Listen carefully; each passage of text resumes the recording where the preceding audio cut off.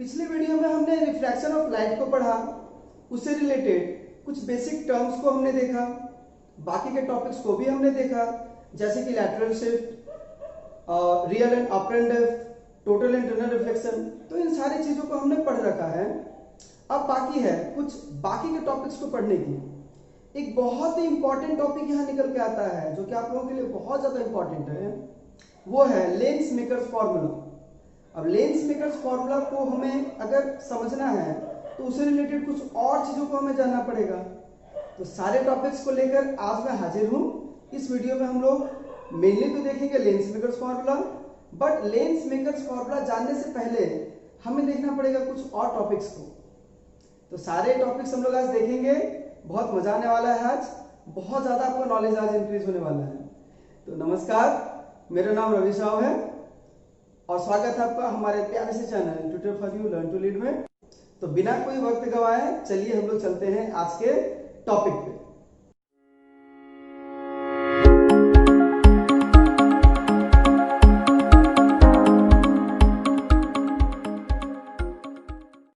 आज के टॉपिक्स को आप पीछे बोर्ड पर देख पा रहे हैं।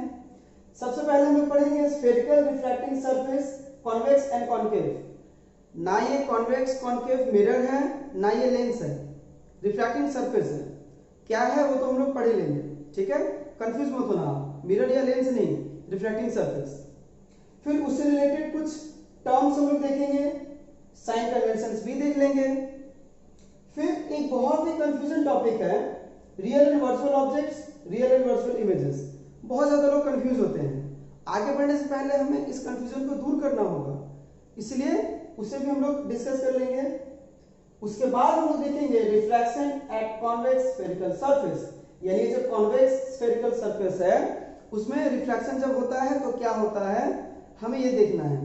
उसके लिए हम लोग तीन कंडीशंस लेंगे।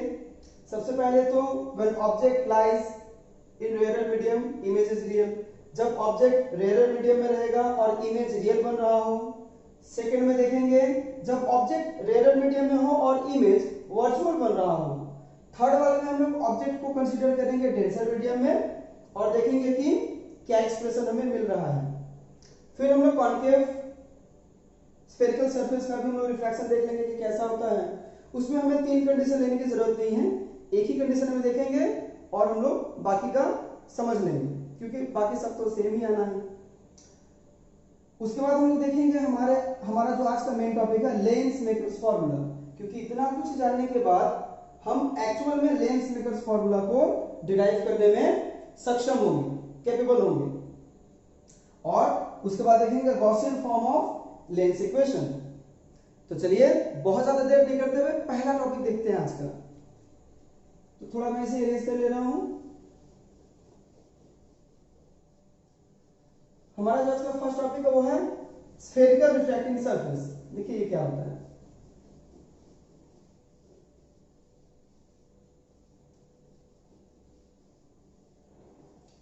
हमने पिछले वीडियो में रिफ्रैक्शन देखा था। रिफ्रैक्शन क्या होता है, जब एक मीडियम से रे ऑफ लाइट चलकर दूसरे मीडियम में इंसिडेंट करता है या उसके बाद जब वो एंटर करता है तो अपने पाथ से वो डेविएट हो जाता है, राइट? तो डेविएट हो, चाहे वो नॉर्मल की तरफ झुके या उससे दूर हटे, ये सब हमने देखा था।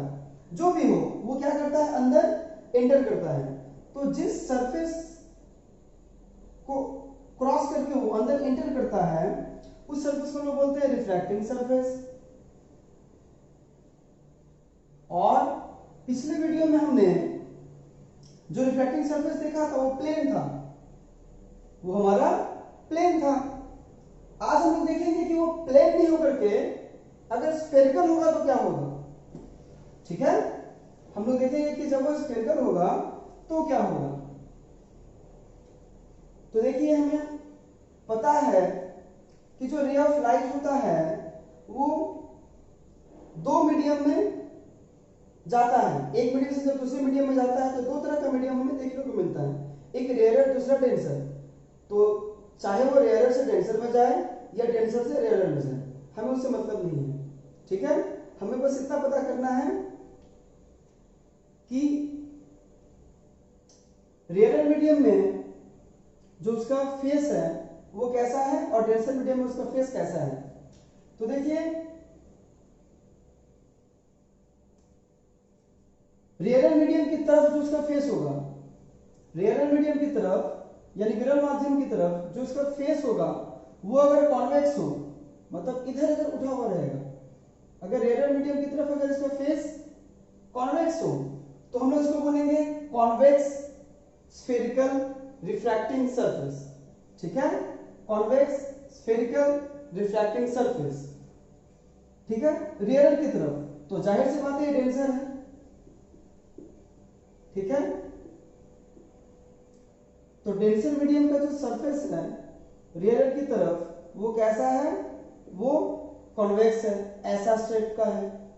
ठीक है, तो ये हो गया हमारा convex refracting surface, convex refracting surface. Okay, अगर कॉन्केव होगा तो कैसा होगा, ठीक उसके उल्टा ऐसा होगा। यानी ये जो कॉन्वेक्स वाला जो कर्व है वो हमें डेंसर की तरफ देखने को मिल रहा है। तो हम लोग ऐसे नहीं बोलेंगे, हम लोग बोलेंगे कि जो डेंसर मीडियम है उसका जो सरफेस है रेयर मीडियम की तरफ वो कॉन्केव शेप्ड है। ठीक है, ऐसा शेप वाला है, तो इसको हम लोग बोलेंगे कॉन्केव रिफ्रैक्टिंग सरफेस। चलिए उसके बाद का जो टॉपिक था वो हम लोग देखते हैं, टर्म्स रिलेटेड टू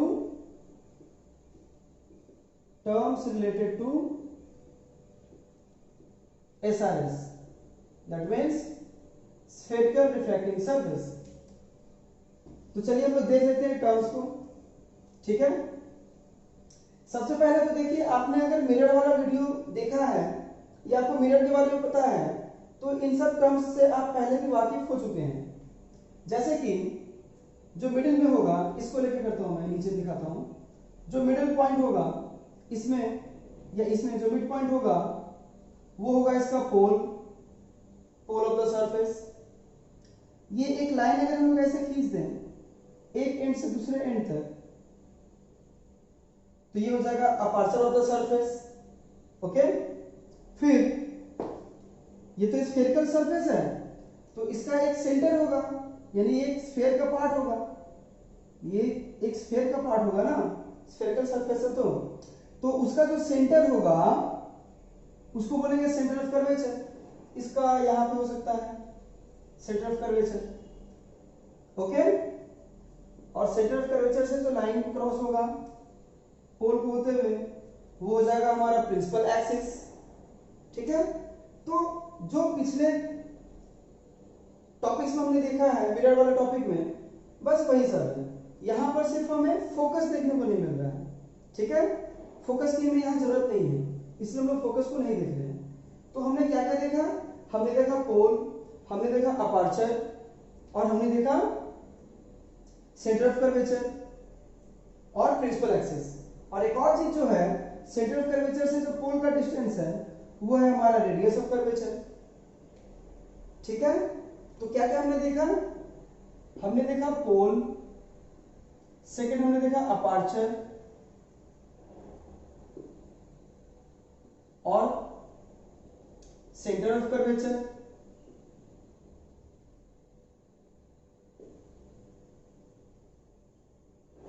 और क्या है, और हमने देखा प्रिंसिपल एक्सिस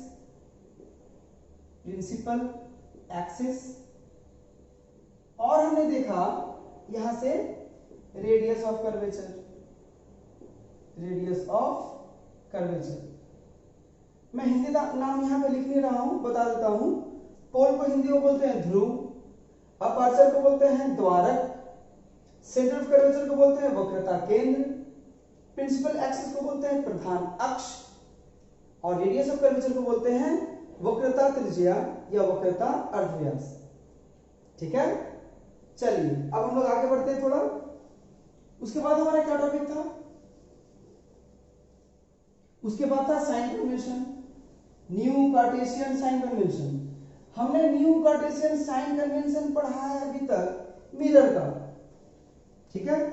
अब जब इसके पास सब कुछ है, पोल है, प्रिंसिपल एक्सिस है, सब कुछ है, तो इसका भी साइन कन्वेंशन होगा, ठीक है। तो हम लोग देखेंगे, यानी इसमें भी हम लोग जब ऑब्जेक्ट रखेंगे, उसका इमेज निकालेंगे, तो कैलकुलेशन तो करना पड़ेगा ना, और कैलकुलेशन करेंगे तो माइनस प्लस वाला जो हमारा झमेला है वो तो हम लोग क्लियर कर लेना चाहेंगे। तो वही है हमारा sign convention, new cartesian sign convention, ये हम लोग अब देखने वाले हैं।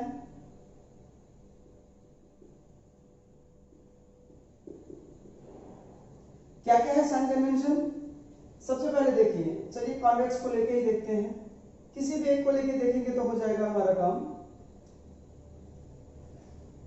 देखिए यहां ऑब्जेक्ट होता है, यहां से रे यहां पे होता है इंसिडेंट, और फिर वो इधर रिफ्रैक्ट हो जाता है, ओके। अब देखिए जो पहला साइन कन्वेंशन वो क्या कहता है, वो कहता है कि रे जिधर इंसिडेंट हो रहा है, इंसिडेंट रे जिस डायरेक्शन में जा रहा है, उस डायरेक्शन में हम लोग कोई भी चीज लेंगे तो वो पॉजिटिव होगा, ठीक है। कोई भी चीज पॉजिटिव यानी कि धनात्मक हम लोग कब लेंगे, कब लेंगे उसको, जब वो होगा along the direction of incident ray, ठीक है, यानी कि जो रे जा रहा है, ठीक है। अगर इसके ऑपोजिट होगा तो क्या हो जाएगा, अगर उसके ऑपोजिट होगा तो वो हो जाएगा नेगेटिव, ये सेकंड नहीं कह सकते हैं, वही मान के चलेंगे। तो नेगेटिव कब होगा, जब वो होगा opposite the direction of incident ray, यानी किरणें जिधर आपतित हो रही हैं उसके अगर ऑपोजिट में अगर हम लोग जाएंगे, जैसे मान लीजिए ये पोल है ना हमारा और ये सेंटर कर्वेचर है, तो अगर हम लोग यहाँ से, माफ कीजिएगा, ये हमारा ऑब्जेक्ट है यहाँ पे, तो हमें अगर ऑब्जेक्ट डिस्टेंस निकालना हो तो हमें पोल से बाईं तरफ आना पड़ेगा, लेकिन हमारा आपतित किरण तो दाईं तरफ जा रहा है ना, तो हमें आपतित किरण के ऑपोजिट देखना पड़ेगा। तो यहां पर हम लोग ऑब्जेक्ट डिस्टेंस को क्या करेंगे, नेगेटिव लेंगे, ठीक है ना, ये था, ठीक। अच्छा, और जो है उसके बाद जो सेकंड है वो क्या कहता है, वो तो हमें पहले से पता है कि ऊपर की तरफ जाएंगे तो हम लोग पॉजिटिव लेंगे, और नीचे की तरफ अगर जाएंगे तो उसको हम लोग नेगेटिव लेंगे, ठीक है। और सबसे इंपॉर्टेंट जो है हमारा, जो एक्चुअली मुझे फर्स्ट में लिखना चाहिए था, मैं थर्ड में लिख रहा हूं, वो ये है कि all the distances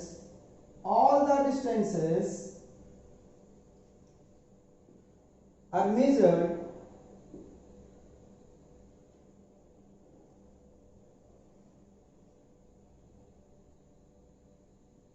with respect to pole। तो पोल के रिस्पेक्ट में हम लोग जो भी डिस्टेंस लेंगे वो पोल के रिस्पेक्ट में लेंगे। जैसे ऑब्जेक्ट डिस्टेंस निकालना है तो पोल से ऑब्जेक्ट का डिस्टेंस, अगर हमें यहाँ पे इमेज डिस्टेंस निकालना है तो पोल से इमेज का डिस्टेंस, अगर हमें centre of curvature radius of curvature निकालना है तो पोल से सेंटर का डिस्टेंस, ठीक है ना। कुछ भी हम लोग लेंगे, कोई भी हम लोग अगर यहाँ से डिस्टेंस लेंगे तो वो हमें पोल से ही लेना पड़ेगा, ओके। अब चलिए, अब हम लोग देख लेते हैं real and virtual object, real and virtual image, ठीक है। चलिए देख लेते हैं। तो सबसे पहले हम लोग देखेंगे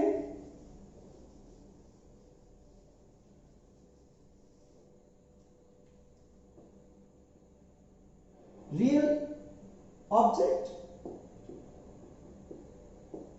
एंड रियल इमेज, ठीक है। देखिए इसके लिए हम लोग, चलिए अभी जो नया नया पढ़ रहे हैं हम लोग रिफ्लेक्टिंग सरफेस, उसके अकॉर्डिंग ही देखते हैं। ये प्रिंसिपल एक्सिस इसका, ये रहा पोल, ये रहा हमारा ऑब्जेक्ट और यहां इसके अंदर हमारा सेंटर ऑफ कर्वेचर। ओके, चलिए आगे बढ़ते हैं। यहां लेते हैं सेंटर ऑफ कर्वेचर। ऑब्जेक्ट से होकर के ये इंसिडेंट होगा यहां पे, ठीक है। तो क्या होगा, ये झुकेगा और आके यहां मिलेगा। ओके,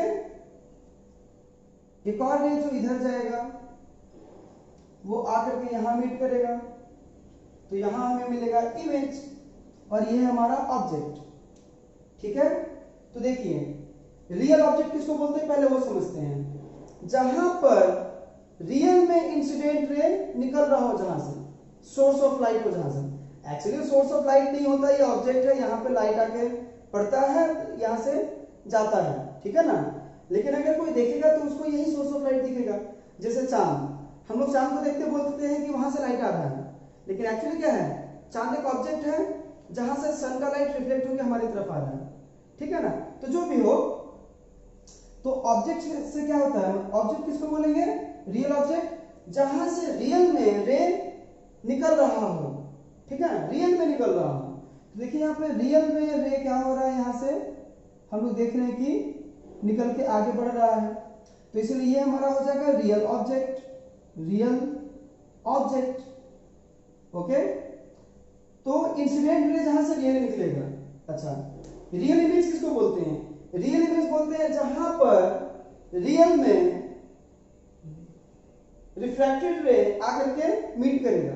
तो रिफ्रैक्टेड रे रियल में जाके जहां पे मीट करता है उसको हम लोग बोलते हैं रियल इमेज। देखिए यहां पे रियल में आकर के मीट कर रहा है, इसलिए ये हो गया हमारा real image, real image. Okay, देखिए छोटी छोटी चीजें हैं लेकिन है बहुत खतरनाक, अगर नहीं समझेंगे तो आगे चल के हमें प्रॉब्लम होता है ना। इसलिए हम लोग क्लियरली इन चीजों को जरा हम लोग देख लेते हैं। अब हम लोग देख लेंगे virtual object, virtual object and real image, virtual object and real image. तो हम लोग एक कॉन्वेक्स रिफ्रैक्टिंग सरफेस ले लेंगे, ये इसका प्रिंसिपल एक्सिस, ये इसका पोल, ये सेंटर ऑफ कर्वेचर। ओके, अब सपोज कि दो रे इंसिडेंट हो रहा है, इसको कहीं से भी आकर के, कहां से आ रहा पता नहीं, कहां से आ रहा है ये हमें शो नहीं हो रहा है, कहीं से दो रे आ रहा है और ये क्या हो रहा है, ये यहां पे आके मीट कर रहा है, ठीक है। तो यहां पे हमारा इमेज बन रहा है।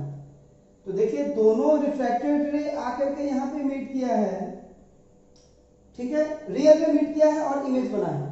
तो हमारा यहाँ पे इमेज तो भैया रियल इमेज है क्योंकि रियल रिफ्रैक्टेड रे से ये बना है, बट हमारा ऑब्जेक्ट कहाँ है, हमारा ऑब्जेक्ट का तो कोई अता पता नहीं है कि वो कहां से आ रहा है। तो हम लोग क्या करेंगे, ये जो इंसिडेंट रे है उसी को हम लोग क्या करेंगे, थोड़ा आगे खींच लेंगे, आगे बढ़ा लेंगे, ठीक है। तो आगे ड्रॉ करने के बाद हमें वो जिस पॉइंट पे मिलता हुआ दिखेगा वो क्या है, वो क्या इमेज होगा।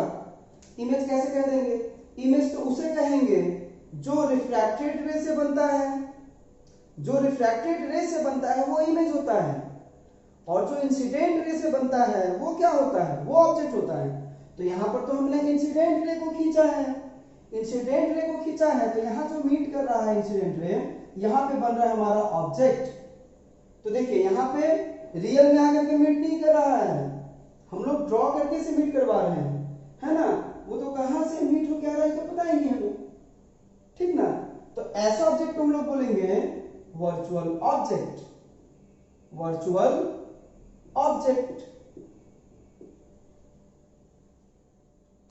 ठीक है। अब चलिए अब हम लोग देख लेते हैं वर्चुअल ऑब्जेक्ट, नहीं हम लोग देखते हैं real object and virtual image, real object and virtual image. Okay, चलिए देखते हैं। फिर से हम लोग ड्रॉ करेंगे एक कॉन्वेक्स रिफ्रैक्टिंग सरफेस को, ये रहा, ये इसका प्रिंसिपल एक्सिस, ये रहा इसका पोल, ये सेंटर ऑफ कर्वेचर, यहां पर रहा हमारा ऑब्जेक्ट। ऑब्जेक्ट को थोड़ा क्लोज लेके आते हैं, ये यहां पे ऑब्जेक्ट है, तो ये क्या होगा, ये बड़ा एंगल बना के जाएगा थोड़ा, तो क्या होगा, तो ये थोड़ा सा झुकेगा, ये क्या होगा, थोड़ा सा झुकेगा, ऐसे जाएगा, ठीक है। यहां भी बड़ा एंगल बनाते हुए जा रहा है ये, तो ये थोड़ा इधर जाएगा। अब देखिए ये दोनों जो रिफ्लेक्टेड रे है, आपको लग रहा है कि कहीं पे जाकर के मीट होगा? नहीं, बिल्कुल नहीं, वो मीट नहीं होगा। ये हमारा ऑब्जेक्ट, तो हम लोग क्या करेंगे, इसको पीछे ड्रॉ कर लेंगे। पीछे ड्रॉ करेंगे तो हमें ये यहां पे मीट होता दिख रहा है, ये।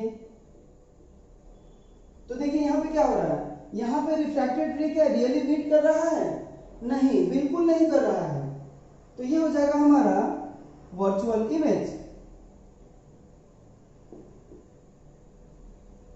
And on the other hand हम लोग देख रहे हैं कि यहाँ इंसिडेंट रे सचमुच यहाँ मीट कर रहा है, इंसिडेंट रे सचमुच निकल रहा है ऑब्जेक्ट से।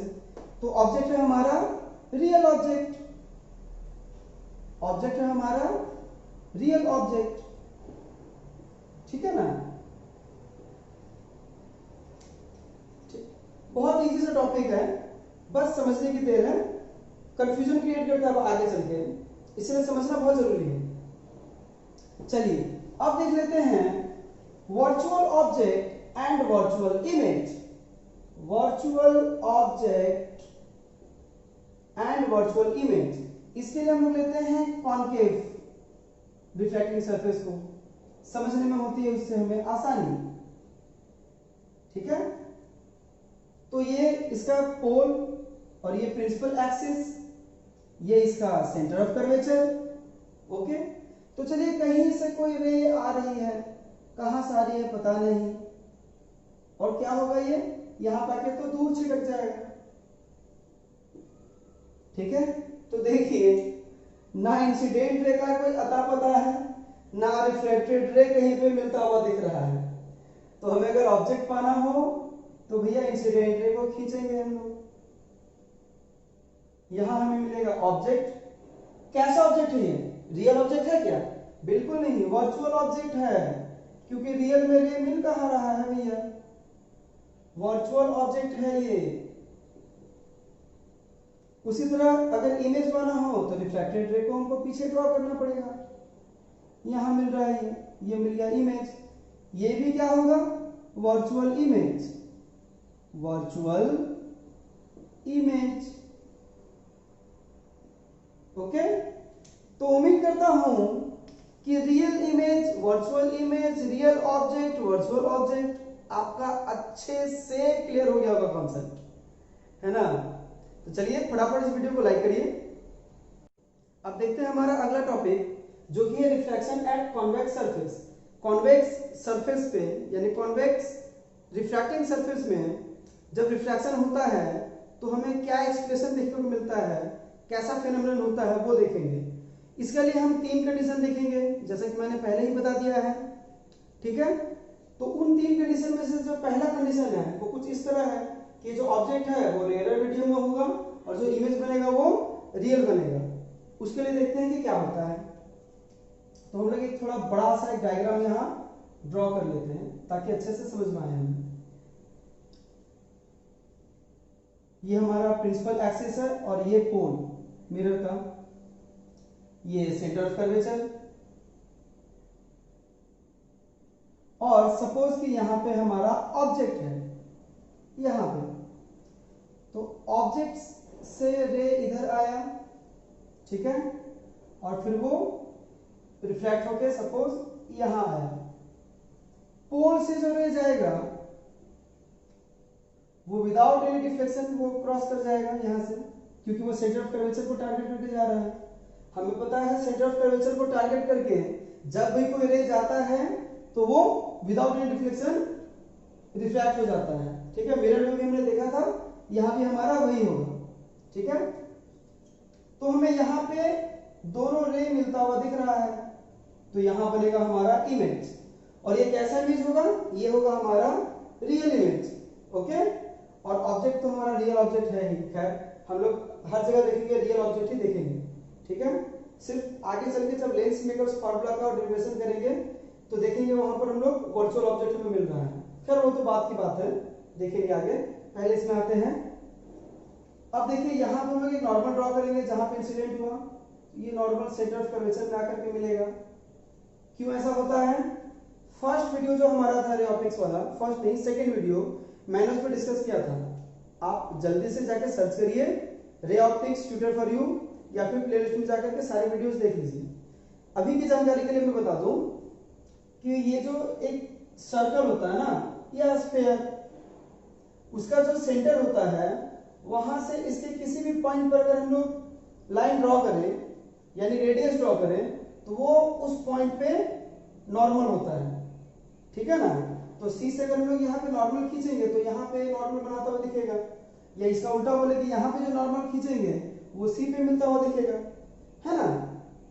चलिए अब प्रिंसिपल एक्सिस के साथ ऑब्जेक्ट का ये जो इंसिडेंट रे है वो मान लिया कि एंगल बना रहा है अल्फा, ओके, और ये जो इमेज है रिफ्लेक्टेड रे यहां पर जो इमेज के पास आके मिल रहा है वो प्रिंसिपल एक्सिस से एंगल बना रहा है बीटा सपोज, ठीक है। और ये जो नॉर्मल है वो प्रिंसिपल एक्सिस के साथ मान लिया एंगल बना रहा है गामा, ओके। अब देखिए नॉर्मल के साथ इंसिडेंट रे जो एंगल बनाता है उसको बोलते हैं एंगल ऑफ इंसिडेंस आई, और रिफ्रैक्टेड रे जो एंगल बनाता है उसको बोलते हैं आर, यानी कि एंगल ऑफ रिफ्रैक्शन, ठीक है। अब हम लोग यहां से एक परपेंडिकुलर ड्रॉ कर लेंगे प्रिंसिपल एक्सिस पे, ठीक है, जिसका नाम देंगे हम लोग एन, और इस पॉइंट का नाम देते हैं ए। तो ए एन हो गया हमारा परपेंडिकुलर प्रिंसिपल एक्सिस के पास, ओके। अब आइए ये जो हमारा ट्रायंगल है, ठीक है, हाँ ये जो ट्रायंगल है हमारा ए ओ सी, ठीक है, ए ओ सी नहीं, हाँ चलिए, ये जो हमारा ट्रायंगल है ए ओ सी, यहां हम लोग क्या देख रहे हैं, ए ओ सी में हम लोग देख रहे हैं इन ट्रायंगल ए ओ सी हमें क्या मिल रहा है, ए ओ सी में देख रहे हैं कि ये जो एंगल आई है वो एक्सटर्नल एंगल है, और एंगल गामा और एंगल अल्फा ट्रायंगल के अंदर का यानी कि इंटरनल एंगल है, ठीक है ना। ये वाला एंगल अब देखिए, ये वाला इस ट्रायंगल में देखिए ये वाला एंगल, ये दोनों इंटरनल एंगल और ये एक्सटर्नल एंगल है। तो किसी भी ट्रायंगल का जो एक्सटर्नल एंगल होता है वो ऑपोजिट के दोनों इंटरनल एंगल का समेशन होता है, हमें ये पता है। तो यहां से हमें आई इक्वल टू क्या मिलेगा, आई इक्वल टू मिल जाएगा alpha plus gamma, alpha plus gamma मिलेगा हमें, ओके। अब चलिए कुछ एजम्पशंस हम लोग लेंगे, मतलब कुछ मान कर चलेंगे, एजम्पशंस हम लोग कुछ यहां कंसीडर करेंगे। कौन कौन से एजम्पशंस, ये सिर्फ इसके लिए नहीं आगे भी लागू होंगे, इसलिए आप जरा एजम्पशंस को नोट डाउन कर लें। सबसे पहला जो एजम्पशन हमारा वो ये है कि the aperture of the surface is very small, aperture of the surface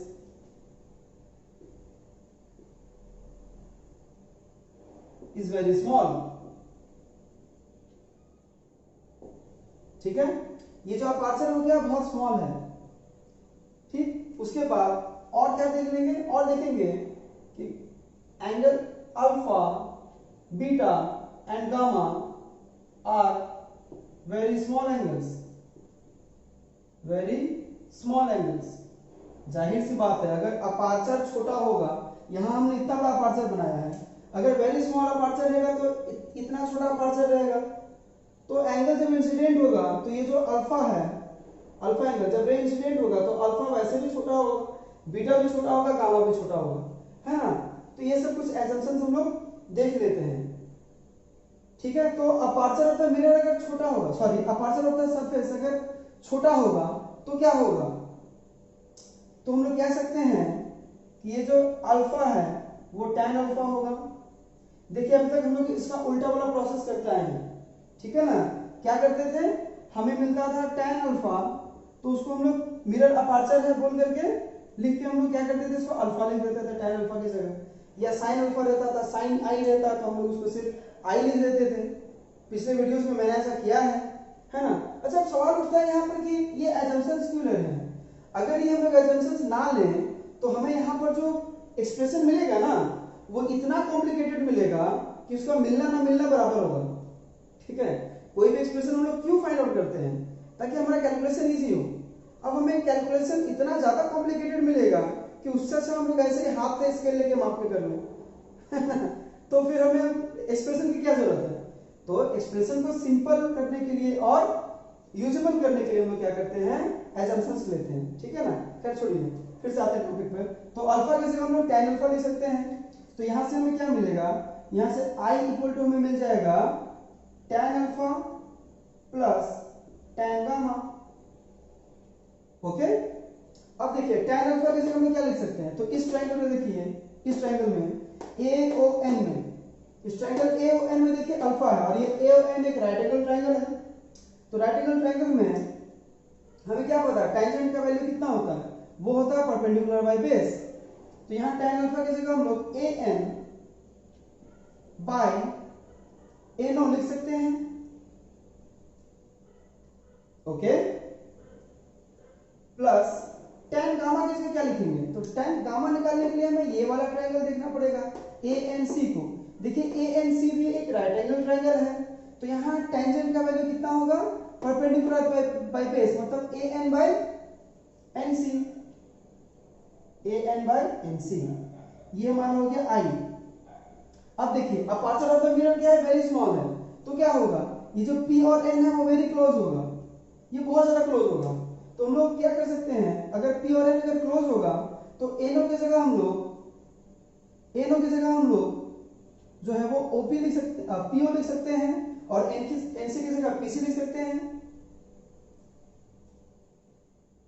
तो यहां I इक्वल टू में क्या मिलेगा, AN by PO plus AN by PC। Reason में क्या लिखेंगे, रीजन में लिखेंगे since aperture of the mirror, sorry aperture of the surface, aperture of the surface is very small, therefore NO equal to हो जाएगा हमारा PO, almost equal to PO, और NC is almost equal to क्या हो जाएगा, PC। Okay, यहां मैंने इसको मेंशन किया है, हर बार मैं मेंशन नहीं करूंगा, सिर्फ बता के निकल जाऊंगा, ठीक है ना, ताकि आप लोगों का समय मैं बचा सकूं थोड़ा। चलिए आगे बढ़ते हैं हम। तो ये हमारा आया I। ओके, अब देखिए फिर से, अब हम लोग देखेंगे इस ट्रायंगल को, triangle ACI, in triangle ACI हमें क्या मिलेगा। ACI में हम लोग देख रहे हैं कि ये जो एंगल गामा है ये एक्सटर्नल एंगल है, इसका ऑपोजिट में ये दोनों इंटरनल एंगल है r प्लस बीटा। तो हम लोग यहां कह सकते हैं कि gamma equal to r plus beta. Okay, अब क्या है, अपर्चर ऑफ द मिरर तो वेरी स्मॉल है, तो यहां से क्या हो जाएगा, अच्छा पहले r इक्वल टू लिख लेते हैं। तो r इक्वल टू हो जाएगा यहां से हमारा गामा माइनस बीटा, ठीक है। तो अब गामा की जगह हम लोग क्या लिखेंगे, लिखेंगे tan गामा, और बीटा की जगह tan बीटा। क्यों लिख रहे हैं ऐसा, क्योंकि aperture of the mirror very small है। अच्छा आपके मन में सवाल उठ रहा होगा कि तब tan I क्यों नहीं, tan R क्यों नहीं, क्योंकि ये तो एंगल ऑफ रिफ्लेक्शन है, एंगल ऑफ इंसिडेंस है। एंगल ऑफ रिफ्लेक्शन और एंगल ऑफ इंसिडेंस कितना होगा, वो भी स्मॉल होगा, ये जरूरी नहीं है, ठीक है ना। और दूसरी बात है कि हमें यहाँ वैसे भी इसकी जरूरत नहीं है। ओके, तो चलिए हम लोग यहाँ से फाइंड आउट करते हैं। तो गामा, tan गामा की जगह हम लोग लिख लेंगे जैसे यहाँ पे लिखा था हमने AN बाई PC, तो AN बाई PC लिख लेंगे, AN बाई पहले NC लिखेंगे, AN by NC minus beta, beta का वैल्यू में कैसे निकलेगा, तो इसके लिए हमें इस ट्रायंगल को लेना पड़ेगा ANI, ये भी देखिए राइट एंगल ट्रायंगल है ए एन आई, यहां से हमें टेंजेंट इक्वल टू क्या मिलेगा A N by N I, A N by N I. अब अच्छा अपर्चर ऑफ द मिरर क्या है वेरी स्मॉल है, तो यहां क्या हो जाएगा आर इक्वल टू हो जाएगा हमारा A N by P C minus A N by P I. Okay, तो चलिए इस चीज को जरा मैं ऊपर लिख लूं ताकि यहां हमें थोड़ा स्पेस मिल सके। ओके, तो हमें यहां से आई इक्वल टू मिला था A N bye PO plus A N bye PC. Okay, तो अब हम लोग याद करेंगे स्नेल्स लॉ को, फ्रॉम स्नेल्स लॉ। यहां स्नेल्स लॉ को हमने क्यों याद किया अभी पता चल जाएगा। स्नेल्स लॉ क्या कहता है, स्नेल्स लॉ कहता है sine I by sine R equal to होता है relative refractive index mu. Okay, अब aperture of the mirror very small है, माफ कीजिएगा मैं बार बार यहाँ पर सरफेस किसका मिरर बोल रहा हूँ, ठीक है ना, इसको आप थोड़ा इग्नोर करिएगा। तो यहाँ जो अपर्चर ऑफ द सरफेस है वो बहुत स्मॉल है, तो साइन आई की जगह हम लोग लिख लेंगे ओनली आई, और साइन आर की जगह लिख लेंगे ओनली आर, और म्यू की जगह हम लोग लिखेंगे mu two by mu one. ठीक है, हमें पता है रिलेटिव रिफ्रैक्टिव इंडेक्स को हम लोग ऐसे लिख सकते हैं। तो यहां से हमें क्या मिलेगा, यहां से मिलेगा हमें mu one I equal to mu two R. Okay, अब हम लोग क्या करेंगे, अब हम लोग यहां पे पुट करेंगे आई और आर का वैल्यू जो हमें मिला है यहां से। तो ये हो जाएगा हमारा म्यू वन इंटू आई के प्लेस पे क्या लिखेंगे A N by PO plus A N by P C that equal to mu two into A N by P C minus A N by P I.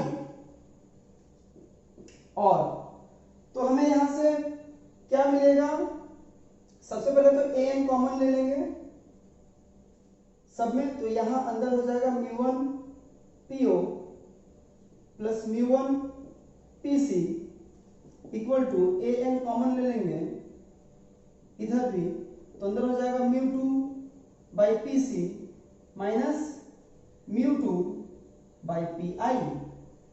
Okay, A N हमारा हो गया cancel, तो हमें यहां से क्या मिल जाएगा, यहां से हमें मिल जाएगा mu one PO okay minus, ये माइनस इधर आएगा तो प्लस हो जाएगा, इस चीज को इधर ले आ रहे हैं mu two by P I equal to हमें क्या मिलेगा mu two by P C, और फिर इधर वाला ये वाला उधर चला जाएगा तो हो जाएगा minus mu one by P सी।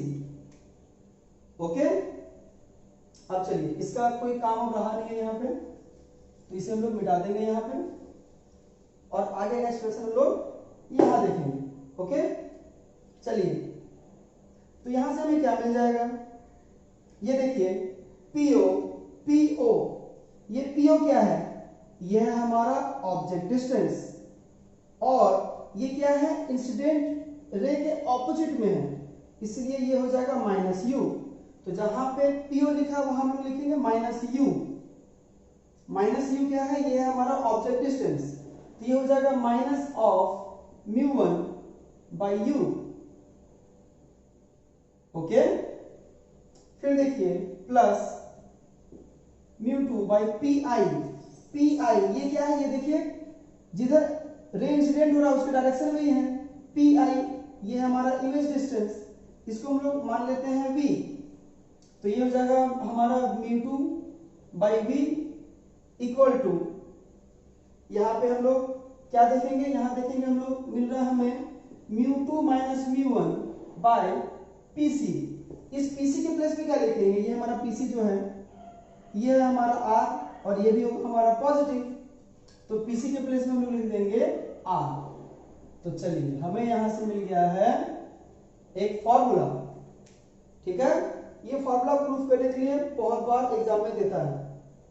ठीक है, चलिए अब इसको थोड़ा और मॉडिफाई करते हैं हम लोग, दोनों साइड में हम लोग म्यू वन से डिवाइड कर देते हैं। ठीक है, तो हमें क्या मिलेगा, हमें यहाँ से मिलेगा म्यू1 से म्यू1 डिवाइड कर देंगे, म्यू1 बाई म्यू1 डिवाइडेड बाई यू प्लस यहाँ हो जाएगा म्यू2 बाई म्यू1 divided by B that equal to म्यू2 बाई म्यू1 माइनस म्यू1 बाई म्यू1 बाई आर। म्यू1 हो जाएगा हमारा कैंसिल, तो हमें यहां से क्या मिलेगा -1 बाई यू प्लस म्यू2 बाई म्यू1 की जगह हम लोग क्या लिख सकते हैं, म्यू2 बाई म्यू1 की जगह हम लोग लिख सकते हैं म्यू, तो ये हो जाएगा हमारा mu by V that equal to ये म्यू -1, ये हो जाएगा हमारा 1 इंटू डिवाइडेड बाई म्यू मिला में आर। तो यहां से हमें एक और मिला है -1 by U plus mu by V equal to mu -1 into R, sorry into 1 by R. तो हमें यहां एक और चीज देखने को मिला है, ठीक है। ये किसके लिए है, ये एक्सप्रेशन उसके लिए है जब कॉन्वेक्स रिफ्रैक्टिंग सरफेस हो, ऑब्जेक्ट रेयर मीडियम में हो और डेंसर मीडियम में जो इमेज बन रहा है वो रियल हो। अब सवाल ये उठता है कि क्या बाकी कंडीशन के लिए भी हमें सेम एक्सप्रेशन मिलेगा या कुछ अलग मिलेगा। तो चलिए एक बार देख लेते हैं कि बाकी के लिए हमें क्या मिलेगा। सेकंड कंडीशन हम लोग देख लेते हैं। सेकंड कंडीशन क्या है, जब ऑब्जेक्ट रेयर मीडियम में हो, बहुत अच्छी बात है, और जो हमारा इमेज हो उसका नेचर कैसा हो, वो वर्चुअल हो अगर, तो क्या होता है हम लोग ये देख लेते हैं, ठीक है। तो चलिए फटाफट हम लोग ड्रॉ करेंगे।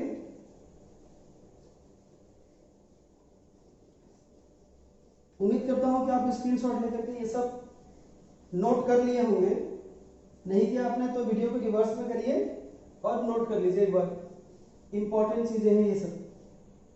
चलिए फिर से हम लोग एक ड्रॉ करते हैं कॉन्वेक्स रिफ्रैक्टिंग सरफेस। ये इसका प्रिंसिपल एक्सिस, ये इसका पोल, ये रहा सेंटर ऑफ कर्वेचर, ओके। यहां पे हमारा ऑब्जेक्ट मान लीजिए, ठीक है, और थोड़ा नजदीक लेके जाते हैं ऑब्जेक्ट को। यहां पे हमने ऑब्जेक्ट को मान लिया है, ठीक है। अब ये जब इंसिडेंट करेगा तो एक बड़ा एंगल बनाएगा, तो ये क्या होगा, नीचे नहीं आके थोड़ा सा ही झुकेगा, ये ऊपर जाता हुआ दिखेगा हमें। और ये जो रे सेंटर ऑफ कर्वेचर को टारगेट करके जाएगा वो तो विदाउट एनी डिफ्लेक्शन वो रिफ्रैक्ट हो जाएगा, ठीक है। तो हमें फिलहाल तो यहां कोई इमेज बनता हुआ नहीं दिख रहा है, तो इमेज बनाने के लिए हमें इसे पीछे की तरफ ड्रॉ करना पड़ेगा, और इसे भी हम लोग पीछे की तरफ ड्रॉ करेंगे, तो यहां पे हमें इमेज बनता हुआ दिखेगा, ओके। ऑब्वियसली ये वर्चुअल इमेज है। अब चलिए ये एंगल हमारा अल्फा, ये एंगल हमारा बीटा, और हम लोग एक नॉर्मल खींचेंगे जो सेंटर ऑफ कर्वेचर को जाके मिलेगा, ये हमारा एंगल हो गया है गामा, ओके। अब इंसिडेंट रे के साथ, नॉर्मल के साथ इंसिडेंट रे, ये वाला एंगल पूरा, ये वाला एंगल हो जाएगा हमारा आई, और ये वाला एंगल हो जाएगा हमारा आर, ओके। तो देखिए अब इस पॉइंट का नाम हम लोग रख देते हैं ए, और यहां से हम लोग एक नॉर्मल खींचेंगे जो पॉइंट पे आके मिलेगा एन पे, यानी ए एन नॉर्मल खींच देंगे प्रिंसिपल एक्सिस पे, ओके। एकदम पिछला वाला जैसे किया था वैसे ही होगा, मैं थोड़ा यहाँ पे फास्ट करता हूँ, ओके।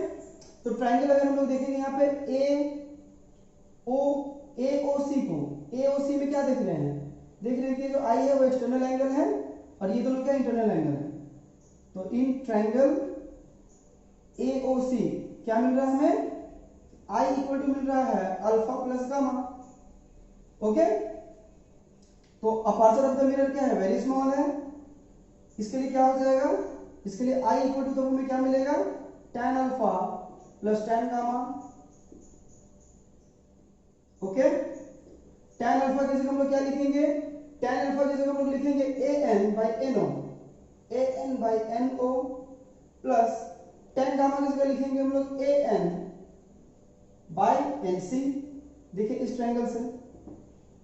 ओके, मिरर का पार्ट साइज बहुत स्मॉल है, इसलिए आई इक्वल टू में क्या मिल रहा है, आई इक्वल टू में मिलेगा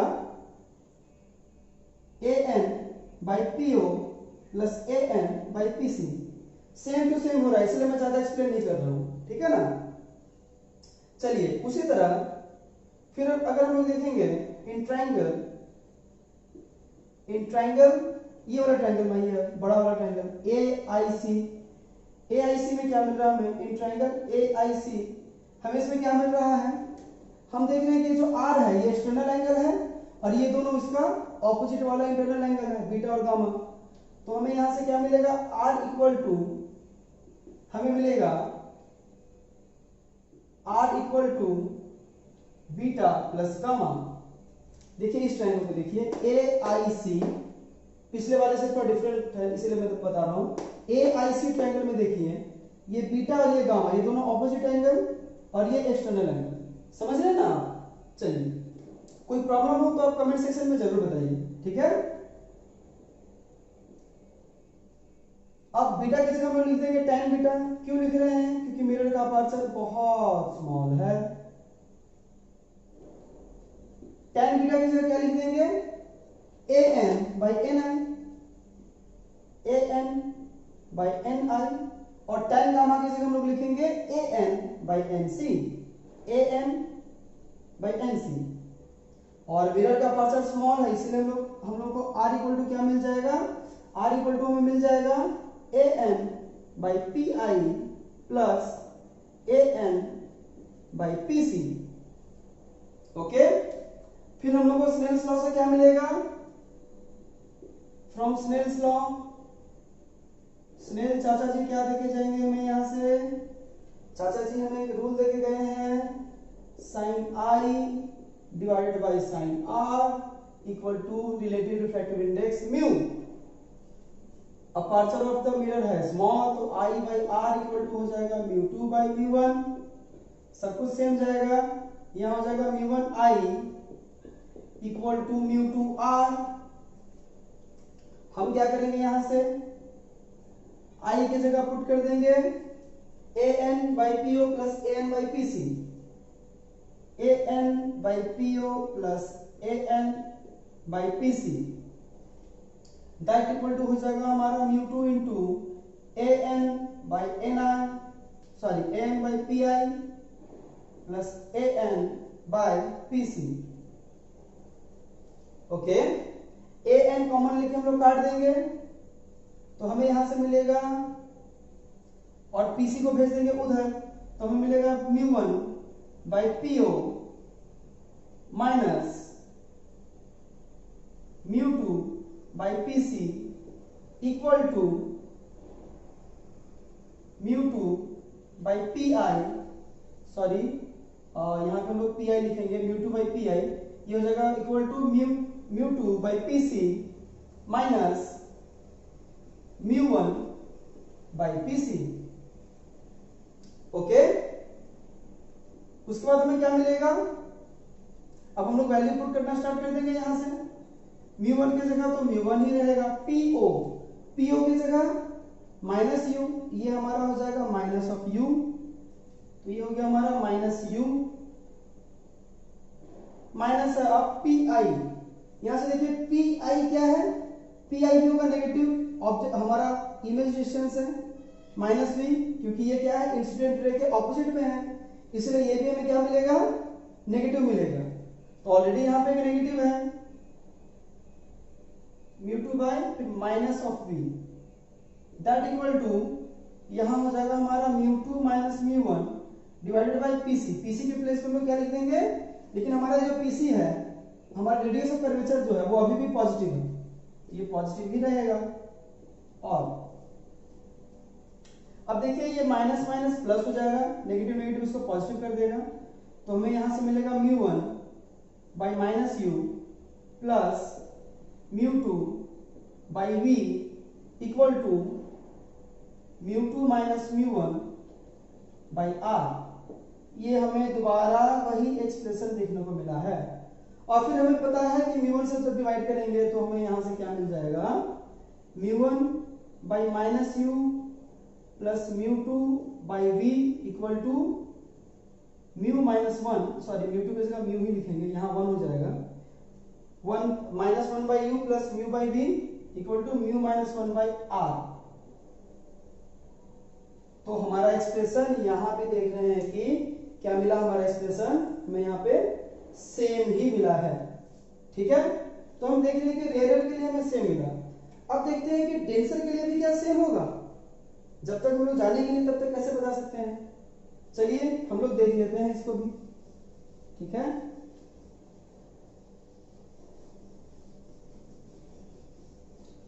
तो हमारा कंडीशन नंबर 3 हम लोग देखने जा रहे हैं,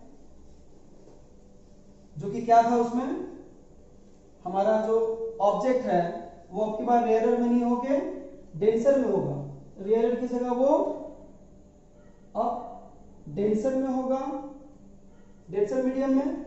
और ये जो हमारा इमेज है वो यहाँ भी वर्चुअल ही बनेगा। ठीक है, वर्चुअल के लिए हम लोग देख रहे हैं।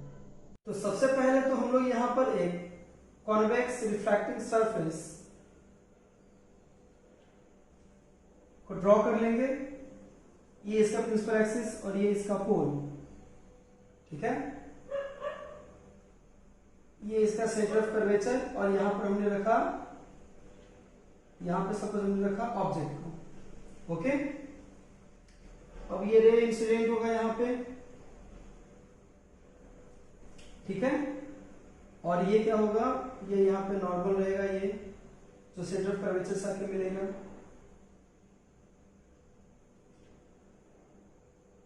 अब ये नॉर्मल से थोड़ा दूर भागेगा तो इस तरफ जाएगा रे। ओके, इसको जब हम बैक साइड में ड्रॉ करेंगे तो ये यहां मिलेगा। और जो incident ray centre of curvature से होते हुए सेंटर ऑफ कर्वेचर को टारगेट बना के जाएगा, वो विदाउट एनी डेविएशन रिफ्लेक्ट हो जाएगा। तो हमें यहां पे इमेज बनता हुआ दिखेगा आई। ओके, और यहां पे हम लोग एक नॉर्मल ड्रॉ कर लेंगे, इस पॉइंट पर हम ए रख देंगे। ठीक है, जैसे कि पहले हो रहा था वैसे ही सब कुछ हो रहा है, सिर्फ रेयरर और डेंसर का मामला हो गया यहाँ पे।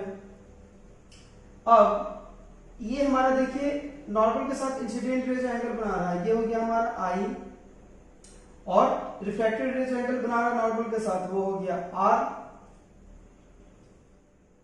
ये हमारा हो गया गामा। ठीक है, ये हो गया हमारा अल्फा।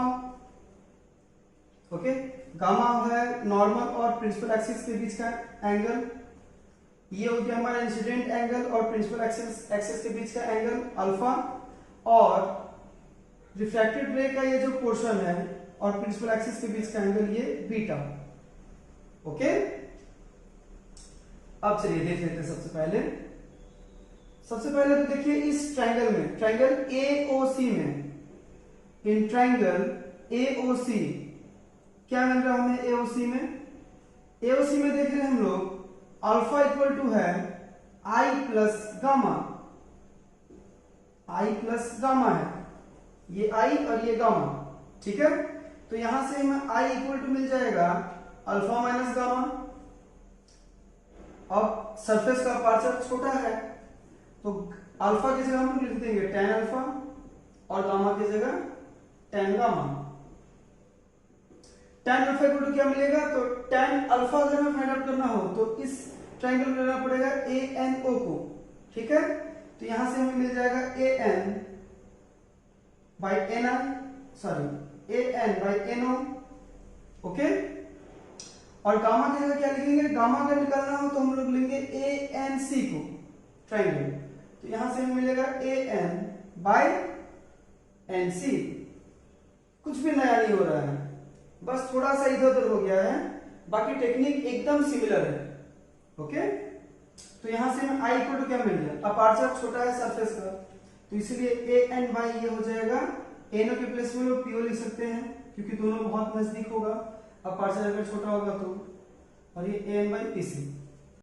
अब हम लोग देखेंगे ट्रायंगल AIC को, इस वाले ट्रायंगल को देखिए, ये इधर AIC को, इन ट्राइंगल AIC क्या मिलेगा हमें? देखिए ये दोनों जो है यानी एंगल CAI, ये जो एंगल है और ये जो एंगल है दोनों वर्टिकल ऑपोजिट एंगल है, वर्टिकली ऑपोजिट, तो ये दोनों इक्वल होंगे। अगर ये R है तो ये भी R होगा। तो इस ट्रायंगल में क्या मिलेगा? देखिए ये जो R है और जो गामा है ये दोनों इंटरनल एंगल है और हमारा बीटा है एक्सटर्नल एंगल। तो यहां हमें मिलेगा beta equal to R plus gamma. तो यहां से R इक्वल टू हमें मिल जाएगा बीटा माइनस गामा। ओके, अब सरफेस का अपर्चर छोटा है तो बीटा की जगह tan beta minus tan gamma. Beta अगर फाइंड आउट करना हो तो हमें इस ट्रायंगल को देखना पड़ेगा, ट्रायंगल ANI। इसमें tan बीटा का वैल्यू AN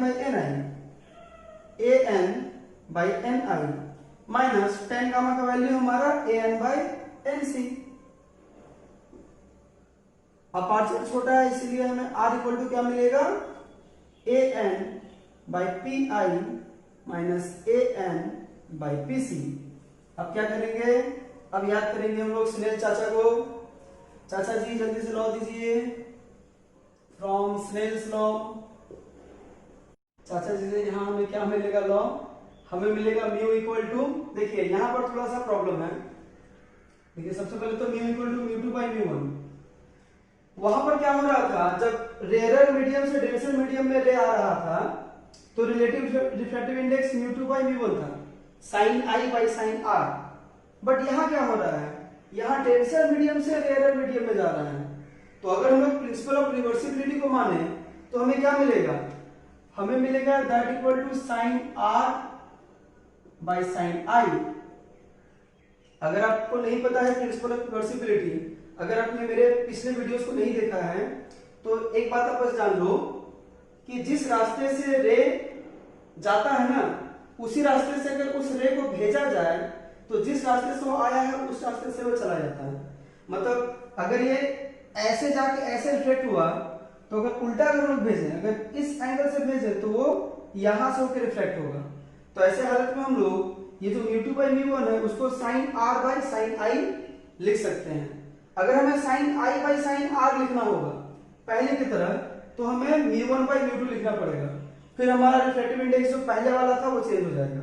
तो उसकी जरूरत नहीं है। म्यू इक्वल टू हमारा जो mu two by mu one है उसको हम लोग sign R by sine I लिख सकते हैं। ओके, तो हमें यहां से क्या मिलेगा? मिरर का अपर्चर, सरफेस का जो अपर्चर है वो तो छोटा है, तो हमें यहां से क्या मिलेगा? Mu two by mu one equal to R by I, यानी यहां से हमें मिलेगा mu two into I equal to mu one into R. अब हम लोग क्या करेंगे? अब हम लोग आई के प्लेस पे पुट करेंगे AN by PO, AN by PO minus AN by PC equal to R के प्लेस पे हम लोग पुट कर देंगे AN by PI minus AN by PC।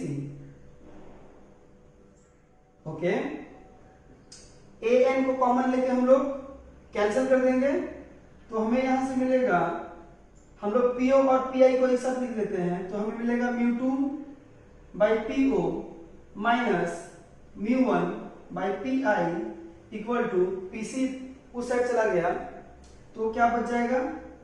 ये minus mu two by PC उधर जाएगा तो ये हो जाएगा mu two by PC minus mu one by PC। Okay, अब देखिए PO हमारा क्या है? ये जो PO है ये है हमारा इमेज डिस्टेंस। ये पॉजिटिव होगा या नेगेटिव होगा? ये नेगेटिव होगा। क्यों? क्योंकि ये रे जिधर इंसिडेंट हो रहा है उसके ऑपोजिट में है, ठीक है, उसके ऑपोजिट डायरेक्शन में है, रे इधर जा रहा है और हमें PO देखना है तो इधर देखना पड़ रहा है, पोल के इस साइड में है, इसलिए ये हो जाएगा minus of you minus mu one. PI भी हमारा ये जो ऑब्जेक्ट इमेज डिस्टेंस है ये भी हमारा नेगेटिव होगा तो ये हो जाएगा minus B equal to mu two minus mu one by PC यानी रेडियस ऑफ कर्वेचर, ये भी हमारा होगा नेगेटिव। तो ये क्या हो जाएगा, ये हो जाएगा हमारा minus mu two by U, और ये नेगेटिव नेगेटिव हो जाएगा positive mu one by V equal to, ये नेगेटिव साइन अगर ऊपर आ गया तो ये उल्टा हो जाएगा, यानी ये हो जाएगा mu one minus mu two by R. तो ये हमें मिला यहां से एक एक्सप्रेशन टेंसर के लिए।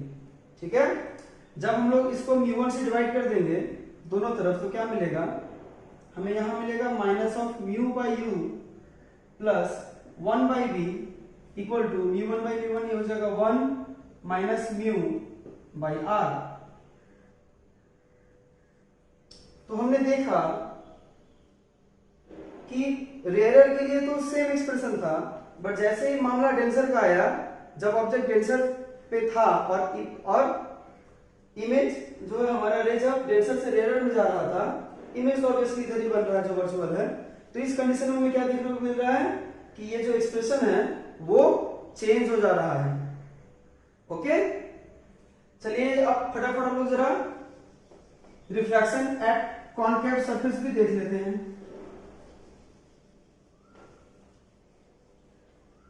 उम्मीद करता हूं कि ये तीनों जो डेरिवेशन था ये आपको अच्छे से समझ में आया है। अगर कोई डाउट है तो आप कमेंट सेक्शन में बताइए। समझ आ गया है तो प्लीज वीडियो को लाइक करिए, आप शेयर करिए बाकी लोगों में, ताकि ज्यादा से ज्यादा लोगों तक ये वीडियो पहुंच सके। तो अब हम लोग कॉन्वेक्स की क्या देखेंगे, कॉनकेव। तो कॉनकेव में हम सिर्फ एक कंडीशन के लिए देखेंगे, ठीक है, और बाकी का हमें करने का जरूरत नहीं पड़ेगा। तो ये है हमारा कॉनकेव।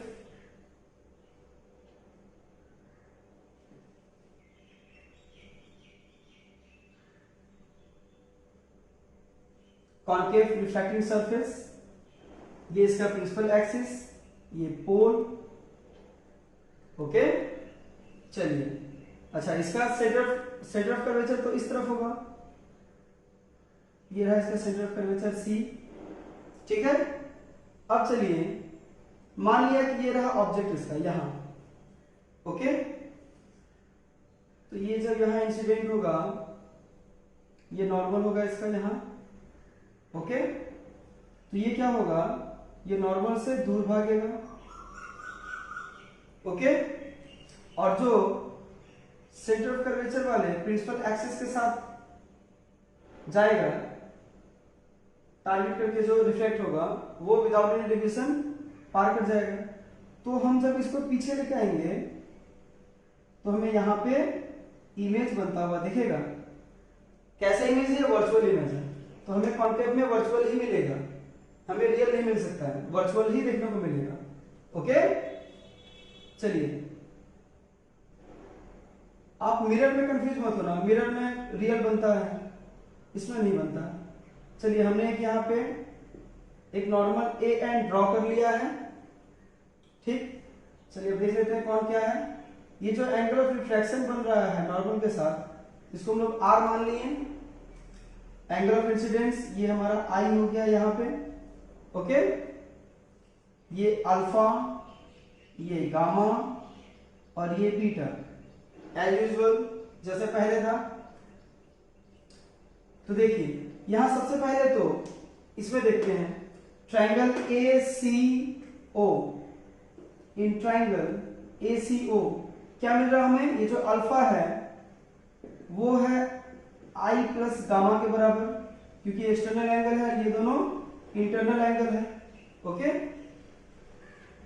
तो यहां से हमें मिल जाएगा आई के प्लेस में हम क्या लिखेंगे, सॉरी यहां से आई इक्वल टू हमें मिल जाएगा अल्फा माइनस गामा। तो यहां आई इक्वल टू हो जाएगा tan alpha minus tan gamma. बताने की जरूरत नहीं है कि अपर्चर स्मॉल है सरफेस का, ठीक है, वो जो हमने एजम्पशन लिया था वो सिर्फ कॉन्वेक्स के लिए नहीं, कॉनकेव भी उसमें इंक्लूडेड था। ठीक है ना, और आगे चलते हम लोग लेंस मेकर्स फार्मूला जो अभी फाइंड आउट करने वाले हैं इसके बाद, उसमें भी हम लोग उसी चीज को कंसीडर करेंगे। तो tan अल्फा हमें कैसे मिलेगा, tan अल्फा ये रहा, ये हमें मिलेगा an/no एज यूजुअल, और tan गामा इक्वल टू हो जाएगा हमारा an/nc, सेम टू सेम एकदम। अपर्चर स्मॉल है तो NO की जगह हम लोग PO लिखेंगे और NC की जगह PC लिखेंगे। सिमिलरली अब इसमें आते हैं, ठीक है।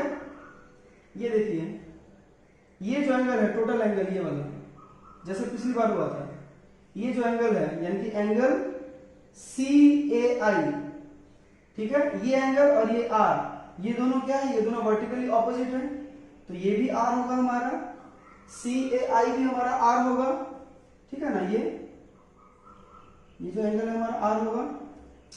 तो ऐसे हालत में क्या मिलेगा हमको, ऐसे हालत में हमें बीटा इक्वल टू क्या मिलेगा, R प्लस गामा। इस वाले ट्रायंगल को आप कंसीडर मत करिए, ACI को देखिए, ACI ये हमारा एक्सटर्नल एंगल है और गामा और R क्या है, इंटरनल एंगल है, ऑपोजिट वाला। तो इन ट्रायंगल ACI क्या मिल रहा हमें मिल रहा है beta equal to R plus gamma. तो यहां से हमें R इक्वल टू मिल जाएगा बीटा माइनस गामा। तो हमें R इक्वल टू हमें मिलेगा यहां से tan beta minus tan gamma. Aperture small है इसलिए tan बीटा की जगह लिखेंगे AN/NI माइनस tan गामा की जगह हम क्या लिखेंगे, AN/NC। अपर्चर स्मॉल है इसलिए हम लोग NI की जगह PI लिख सकते हैं और NC के प्लेस पे PC लिख सकते हैं। फिर से स्नेह चाचा जी का दर्शन लेंगे हम लोग यहाँ पे उनके लॉ का। तो फ्रॉम स्नेल्स लॉ क्या मिलेगा हमें, देखिए ये रिफ्रैक्टिव इंडेक्स μ1, ये रिफ्रैक्टिव इंडेक्स μ2, ठीक है ना। रेयर से डेंसर में जा रहा है तो यहाँ कोई चेंजेस हमें देखने को नहीं मिलेगा। ये sine I divided by sine R equal to हमें मिल जाएगा म्यू, तो यहाँ I/R इक्वल टू हो जाएगा μ2/μ1। तो यहां से हमें मिलेगा μ1I equal to μ2R। I के प्लस पे AN/PO माइनस AN/PC और उधर R के प्लस पे AN/PI माइनस AN/PC। सिमिलर है एकदम, कुछ भी ज्यादा इसमें टफ नहीं है। AN को कॉमन लेके हम लोग कैंसिल कर दिए और PC को उधर भेज दिए, तो हमें मिलेगा μ1/PO minus μ2/PI equal to μ1/PC minus μ2/PC। और तो यहां से हमें क्या मिलेगा, ये जो PO है, PO ये देखिए फिर से वही है, एंगल इंसिडेंट हो रहा है इधर और PO है इस साइड में, तो होगा हमारा नेगेटिव। ये हो जाएगा minus U minus μ2/PI, PI भी हमारा इसी डायरेक्शन में है, तो minus B equal to μ1 minus μ2 divided by R। PC के प्लेस में हम लोग लिखेंगे R और ये भी होगा हमारा नेगेटिव क्योंकि ये भी है इस तरफ। ओके, तो हमें यहां से क्या मिलेगा फाइनली, हमें यहां से फाइनली मिलेगा μ1 माइनस U, ये माइनस माइनस ये पॉजिटिव कर देगा इसको, तो μ2/B इक्वल टू ये माइनस ऊपर चला गया तो इसको पॉजिटिव कर देगा, उल्टा कर देगा इसको, यानी μ2 माइनस μ1/R। ये एक्सप्रेशन हमें देखने को मिल रहा है। अगर आप इसको गौर करें तो कॉन्वेक्स में जब रेयर से डेंसर में जब रे इंसिडेंट हो रहा था तो ऐसा ही एक्सप्रेशन हमें देखने को मिला था। इसको अगर हम लोग μ1 से डिवाइड कर दें तो हमें मिलेगा -1/U plus μ/B equal to μ minus 1/R। देखिए सेम टू सेम एक्सप्रेशन हमें मिला है, यानी सरफेस कोई भी हो, वो कॉन्वेक्स हो या कॉन्केव हो, हमें एक्सप्रेशन सेम मिलेगा अगर वो रेयर से डेंसर में जा रहा है तो। इसी तरह अगर हम लोग डेंसर से रेयर वाला फिगर फाइंड आउट करें तो सेम टू सेम आएगा, लेकिन उसे करने की जरूरत नहीं है, ठीक है ना, हमें पहले ही ये पता चल गया है। अब आते हैं हम लोग लेंस मेकर्स फॉर्मूला। तो चलिए यहाँ पे दो कॉन्वेक्स रिफ्रैक्टिंग सरफेस ले लेते हैं एक ऐसा और एक ऐसा, मतलब एक ये वाला और दूसरा ये वाला। ओके, अब देखिए, ये पहले वाले का, इस वाले का पोल है P1, इस वाले का पोल P2, ठीक है। और इन दोनों के बीच का एक पॉइंट हम लोग कंसीडर कर ले रहे हैं C। ओके, ये इनके बीच का पॉइंट है C। ये रहा इन दोनों का प्रिंसिपल एक्सिस, ठीक है। दोनों का ये प्रिंसिपल एक्सिस, ठीक। अब देखिए, P1 का जो सेंटर ऑफ कर्वेचर होगा वो इधर होगा C1, और इस P2 का सेंटर ऑफ कर्वेचर होगा इस तरफ C2। अब चलिए, अब हम लोग 1 मिनट के लिए इसको भूल जाते हैं, इस वाले को भूल जाते हैं, ठीक है ना। इस तरफ हम लोग रखते हैं ऑब्जेक्ट, तो ऑब्जेक्ट रखेंगे तो ये इंसिडेंट होगा यहां पे। इंसिडेंट होने के बाद ये बेंट होके चला जाएगा, और यहां पे आके, और जो सीधा जाएगा यहां से सेंटर ऑफ कर्वेचर से होते हुए, वो विदाउट डेविएशन चला जाएगा। तो यहां पर हमें इमेज बनता हुआ दिखेगा, इसको बोलेंगे हम लोग आई, ठीक है। इसको हमने कह दिया आई, ठीक। ये सिंपल सा काम था, बट क्या एक्चुअल में ऐसा होगा? नहीं, क्योंकि सेकंड वाला हम भूल गए इसलिए ऐसा हुआ, लेकिन सेकंड वाला तो है ना। तो सेकंड वाला अगर रहेगा तो क्या होगा? तो ये क्या होगा, ये और बेंट होगा, ठीक है। कितना बेंट होगा चलिए देख लेते हैं। ये नॉर्मल खींचते हैं, तो इधर का नॉर्मल C2 के साथ आके मिलेगा, और यहां का नॉर्मल C1 के साथ आके मिलेगा, ठीक। तो ये क्या होगा, जब यहां पे रिफ्रैक्शन होगा तो हमें ये मिलेगा इधर, ठीक है ना। एक्चुअली रिफ्रैक्ट होगा, ये क्या होगा, जब रिफ्रैक्ट होगा तो नॉर्मल से दूर भागेगा, तो ये हमें मिलेगा, सपोज और भी बाहर मिलेगा, और भी हमको अंदर मिलेगा, ये हमें मिलेगा यहां, ओके, आई, ठीक है ना। तो ये हमें मिला यहां पे। अब देखिए क्या मिलेगा हमें यहां से, तो ये जो O है ये क्या है, ये रियल ऑब्जेक्ट है इसके लिए, फर्स्ट वाले के लिए, और इसके लिए इमेज कहां बन रहा है, यहां पे। अब यहां पे 2 आई हो गया है, तो चलिए इसका नाम रख देते हैं आई डैश। तो इस ऑब्जेक्ट का इमेज बन रहा है आई डैश, तो और यहां पे क्या हो रहा है, रेयरर से डेंसर मीडियम में जा रहा था, ये गया है, रेयरर से डेंसर मीडियम में गया है। तो हमें यहां एक्सप्रेशन क्या मिलेगा, हमें एक्सप्रेशन यहां मिलेगा μ1 बाई PO प्लस μ2 बाय, इसको थोड़ा छोटा करके लिखते हैं, μ1 by PO plus μ2 by PI dash equal to μ2 minus μ1 by R। हमने तो फर्स्ट वाले डेरिवेशन में देखा था ऐसा वाला एक्सप्रेशन, ठीक है। सॉरी, R नहीं, ये हमारा हो जाएगा P1C1, P1C1, ये भी P1 I डैश, और ये हो जाएगा P1O, ओके। जो भी होगा वो इसके अकॉर्डिंग होगा। अब हम लोग यहाँ पे एज्यूम कर लेते हैं कि ये जो लेंस है वो थिन है, ये देखिए ये इतना वाइड है, इतना विड्थ है इसका, इसीलिए C मिडिल में है। अगर ये एकदम थिन होगा, एकदम थिन होगा, इससे भी ज्यादा थिन, एकदम ऐसे ही इतना थिन होगा, तो इसका जो मिडिल पॉइंट होगा वो क्या होगा, वो P1 के भी क्लोज होगा और P2 के भी क्लोज होगा।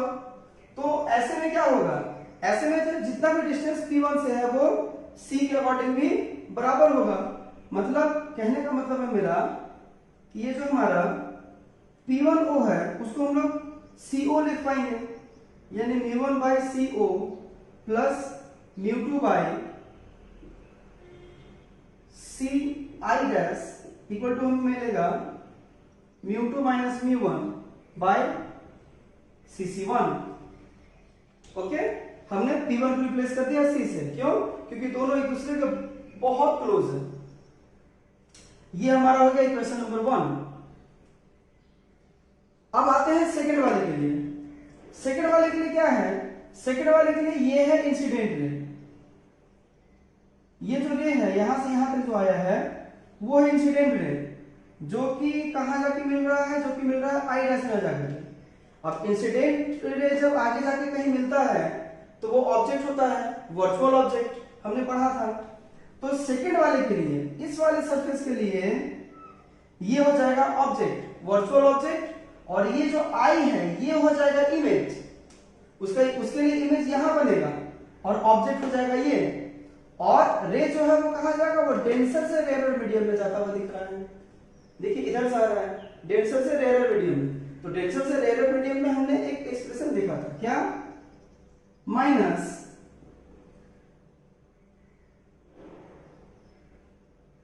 μ2 बाय PO था, तो यहां हो जाएगा P2 I dash plus μ1 bye ये क्या हो जाएगा? Image distance P2I equal to हो जाएगा हमारा μ2 माइनस μ1 बाय P2C2। ओके, यहां से हमें क्या मिलेगा? यहां से हमें मिलेगा μ1 by CO, sorry, minus of μ2 by CI dash. ये क्यों हुआ है ये आपको समझ में आ ही रहा होगा। CI dash I dash plus μ1 by CI equal to μ2 minus μ1 by CC1। इसे हम लोग मान लेंगे इक्वेशन नंबर 2। अब हम लोग क्या करेंगे? 1 और 2 को कर देंगे ऐड, यानी 1 प्लस 2। तो हमें क्या मिलेगा? इक्वेशन 1 और 2 को अगर हम लोग ऐड करेंगे तो देखिए ये दोनों सेम टर्म है और दोनों, एक पॉजिटिव है तो दूसरा नेगेटिव है, तो दोनों यहाँ कैंसिल हो जाएगा। तो यहां से हमें क्या मिलेगा? यहां से मिलेगा हमें μ1 by CO plus μ1 by CI equal to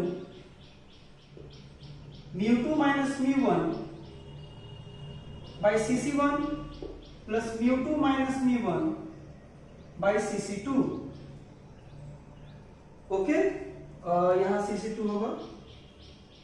okay, now तो यहां से हमें मिल जाएगा μ1 by CO plus μ1 by CI equal to μ2 minus μ1 common ले लेंगे। अगर μ2 माइनस μ1 को अगर कॉमन ले लें तो अंदर बचेगा 1 by CC1 plus 1 by CC2।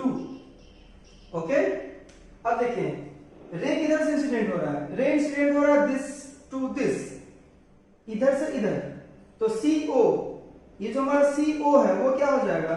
वो हो जाएगा हमारा नेगेटिव, और ये है हमारा ऑब्जेक्ट डिस्टेंस माइनस u। तो इसके प्लेस में हम लोग लिखेंगे माइनस u।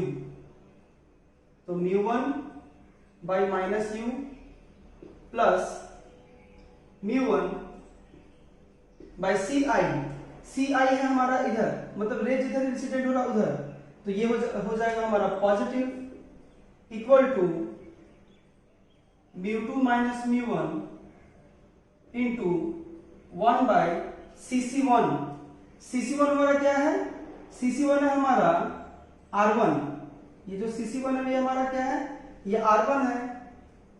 ये हो जाएगा 1 बाई R1, ऑब्वियसली पॉजिटिव होगा, प्लस 1 बाई CC2। CC2 मतलब ये है हमारा R2, यानी रेडियस ऑफ कर्वेचर सेकेंड वाले का। जो कि क्या है, ऑपोजिट डायरेक्शन में है इंसिडेंट रे के, तो ये हमारा हो जाएगा नेगेटिव, यानी यहां पर ये हो जाएगा -R2। ओके, अब क्या करेंगे, अब करेंगे μ1 से डिवाइड बोथ साइड में, तो क्या मिलेगा हमें, तो यहां से मिलेगा μ1 by μ1 by -u plus μ1 by μ1। अच्छा, इसको मैं कर दे रहा हूं, मैं डायरेक्ट काट दे रहा हूं, ठीक है ना। μ1 बाई μ1 होगा तो ये 1 हो जाएगा, यानी -1 बाई u हो जाएगा ये, प्लस 1 बाई v, यहां भी μ1 है, दैट इक्वल टू ये μ2 बाई μ1 होगा तो ये हो जाएगा mu relative refractive index, minus μ1 by μ1 हो जाएगा 1, mu minus 1 into 1 by r1 minus 1 by r2, यानी हमें यहाँ फाइनल एक्सप्रेशन क्या मिला, हमें मिला है -1 by u minus 1 by u plus 1 by v। चलिए इसे मैं थोड़ा अच्छे से इधर लिख देता हूं, स्पेस की कमी है वहां पे। तो हमें यहां से मिला है -1 by u plus 1 by v equal to mu minus 1 into 1 by r1 minus 1 by r2। यही है हमारा लेंस मेकर्स फॉर्मूला। इसे हम लोग मान लेंगे इक्वेशन नंबर 2। अब हम लोग क्या करेंगे, 1 और 2 को कर देंगे ऐड, यानी 1 प्लस 2, तो हमें क्या मिलेगा, इक्वेशन 1 और 2 को अगर हम लोग ऐड करेंगे तो देखिए ये दोनों सेम टर्म है और दोनों एक पॉजिटिव है तो दूसरा नेगेटिव है, तो दोनों यहाँ कैंसिल हो जाएगा। तो यहां से हमें क्या मिलेगा, यहां से मिलेगा हमें μ1 by CO plus μ1 by CI equal to μ2 minus μ1 by CC1 plus μ2 minus μ1 by CC2। Okay, यहां CC2 होगा। ओके, नाउ तो यहां से हमें मिल जाएगा μ1 by CO plus μ1 by CI equal to μ2 minus μ1 common ले लेंगे, अगर μ2 माइनस μ1 को अगर कॉमन ले लें तो अंदर बचेगा 1 by CC1 plus 1 by CC2।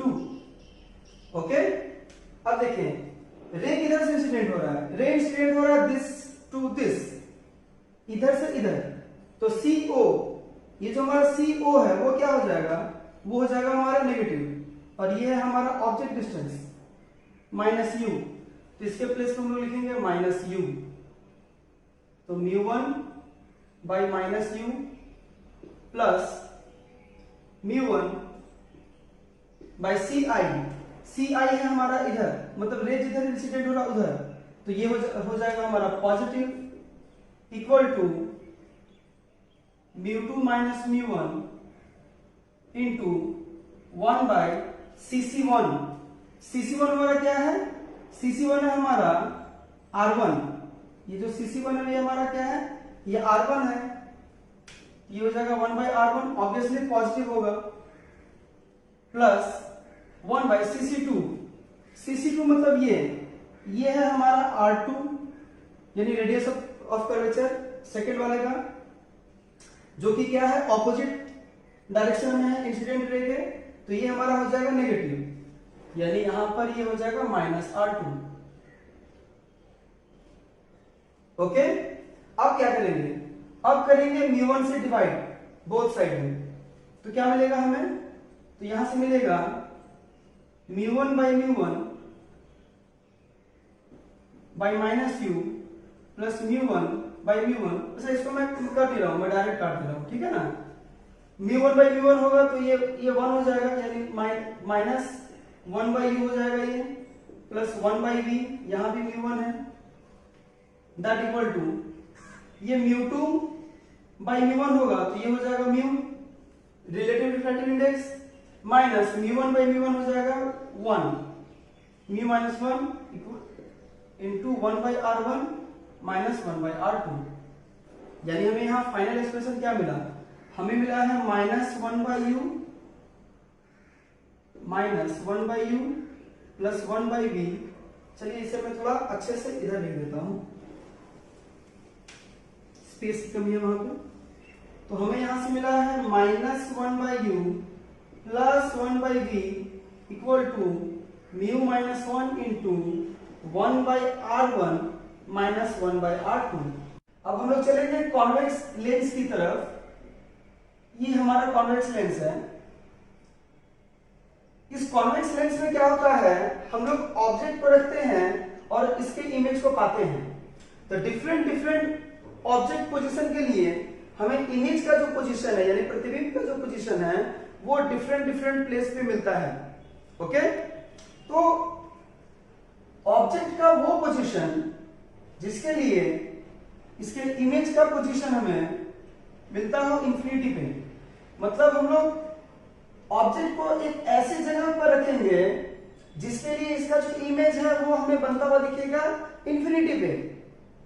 तो उस ऑब्जेक्ट के पोजीशन को हम लोग बोलेंगे first focus of the lens. Object के उस पोजीशन को हम लोग बोलेंगे first focus of the lens.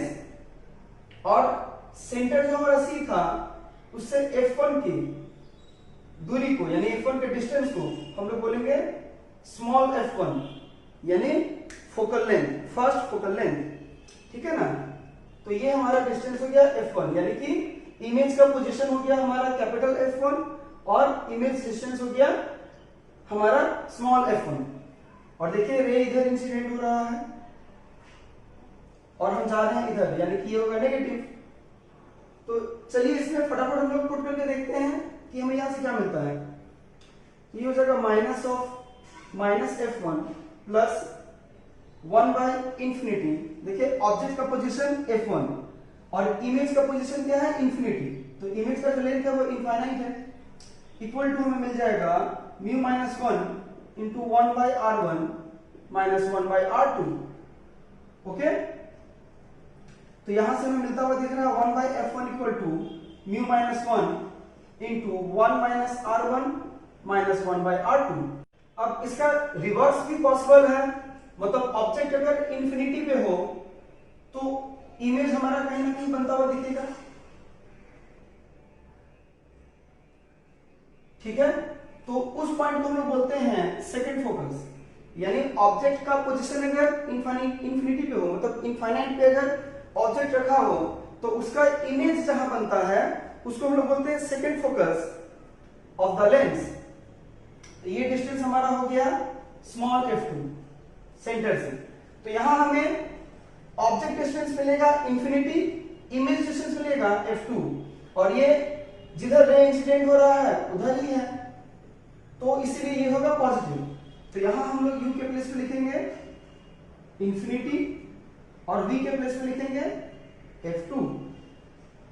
तो हमें यहां से क्या मिलेगा, हमें यहां से मिलेगा, ये तो जीरो हो जाएगा हमारा, तो हमें यहां से मिल जाएगा 1/f2 equal to μ-1 into 1/r1 minus 1/r2। अब देखिए हम लोग अगर देखेंगे तो इन दोनों का जो एक्सप्रेशन है वो सेम है। तो हमें यहां से मिल रहा है actually 1/f1 equal to 1/f2 equal to this. तो हम लोग इसको लिखते हैं 1/f equal to μ-1 into 1/r1 minus 1/r2।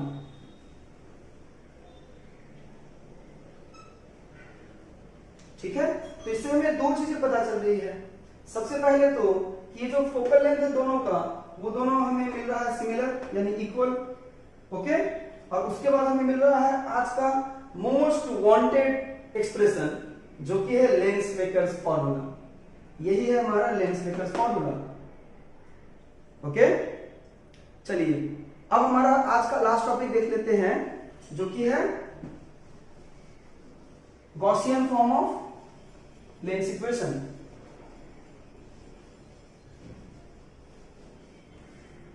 Gaussian form of lens equation देख लेते हैं फटाफट क्या है।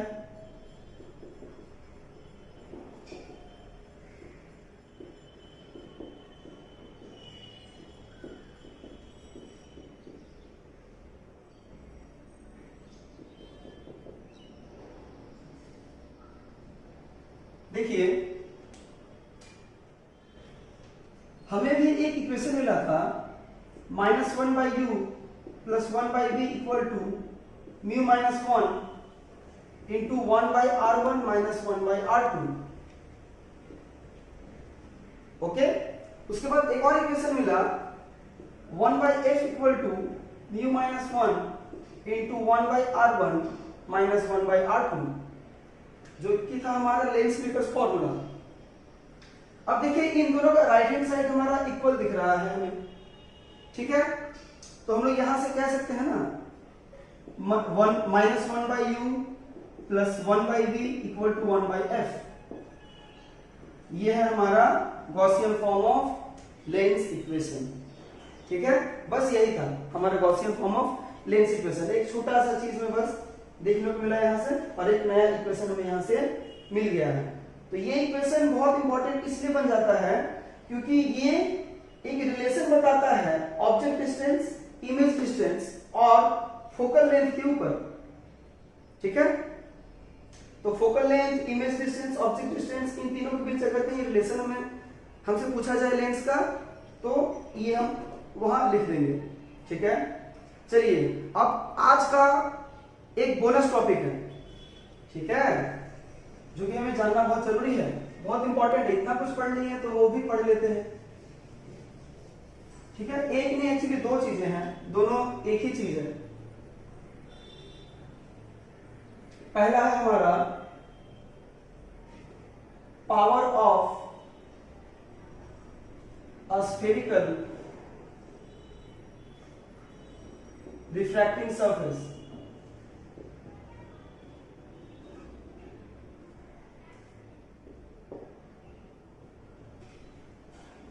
और दूसरा टॉपिक है हमारा power of a lens, power of a lens, यानी दोनों पावर है। तो सबसे पहले देख लेते हैं कि स्फेरिकल रिफ्रैक्टिंग सरफेस का पावर क्या है। स्फेरिकल रिफ्रैक्टिंग सरफेस के लिए हमें एक रिलेशन पता है -μ1/u + μ2/v = μ2 - μ1/r। तो RHS में हमें जो दिख रहा है μ2 - μ1/r, इसी को हम लोग बोलते हैं power of a reflecting surface, ठीक है। ये हमें क्या दिखाता है, इससे हमें क्या पता चलता है।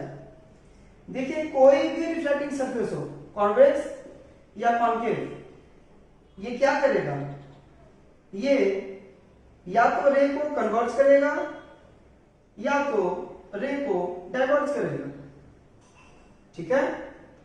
या तो उसे नीचे बेंड कर देगा या तो ऊपर की तरफ ले जाके उसे छोड़ देगा, ठीक है ना, मतलब कन्वर्ज करेगा या डाइवर्ज करेगा। तो कोई भी स्फेरिकल रिफ्लेक्टिंग सरफेस किसी रे ऑफ लाइट को कितना कन्वर्ज या कितना डाइवर्ज कर पाता है, उस एबिलिटी को हम लोग बोलते हैं पावर ऑफ रिफ्लेक्टिंग सरफेस। उसी तरह किसी लेंस के लिए कोई भी लेंस किसी भी रे ऑफ लाइट को कितना कन्वर्ज या डाइवर्ज कर पाता है, उसकी एबिलिटी को बोलते हैं हम लोग पावर ऑफ अ लेंस। तो पावर ऑफ लेंस क्या है, एबिलिटी टू कन्वर्ज और diverge the ray of light, okay. इसका एक्सप्रेशन क्या होता है, तो इसका एक्सप्रेशन सिंपल सा है, जो कि है 1/f, p = 1/f, ठीक है। यानी फोकल लेंथ के रेसिप्रोकल को हम बोलते हैं पावर ऑफ अ लेंस, और ये हमें क्या बताता है कि रे कितना कन्वर्ज या डाइवर्ज ये कर पा रहा है। दोनों की यूनिट है, हम लोग अगर एसआई में देखेंगे तो इसकी यूनिट हो जाएगी मीटर इनवर्स, क्योंकि लेंथ है 1/m मीटर इनवर्स होगा इसका हमारा यूनिट, ठीक है। इसी को हम लोग बोलते हैं डायोप्टर।